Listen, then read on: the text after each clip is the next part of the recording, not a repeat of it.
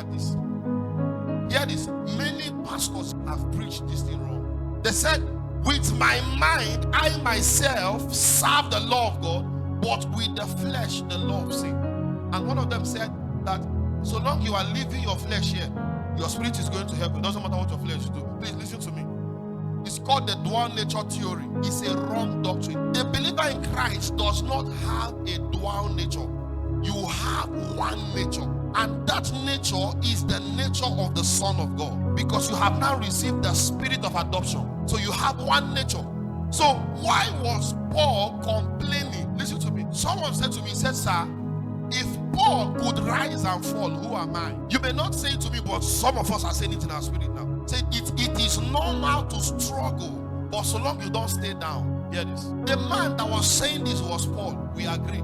But understand that he was saying this as Paul and as his experience while he was a Jew, not when he became born again. It took me years, but by the grace of God, I studied and I cracked it. Paul, this was his experience while he was still a Jew.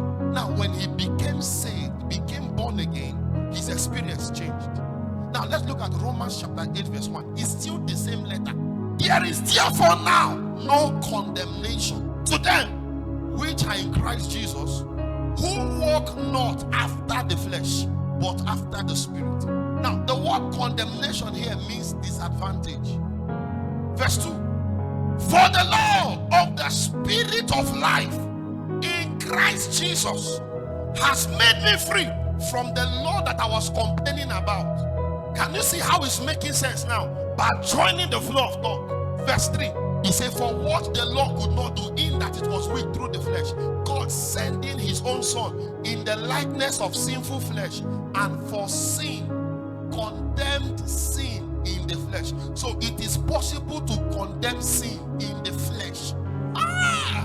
Verse 4 now. That the righteousness of the law might be fulfilled in us, who walk not. Some people are feeling bad.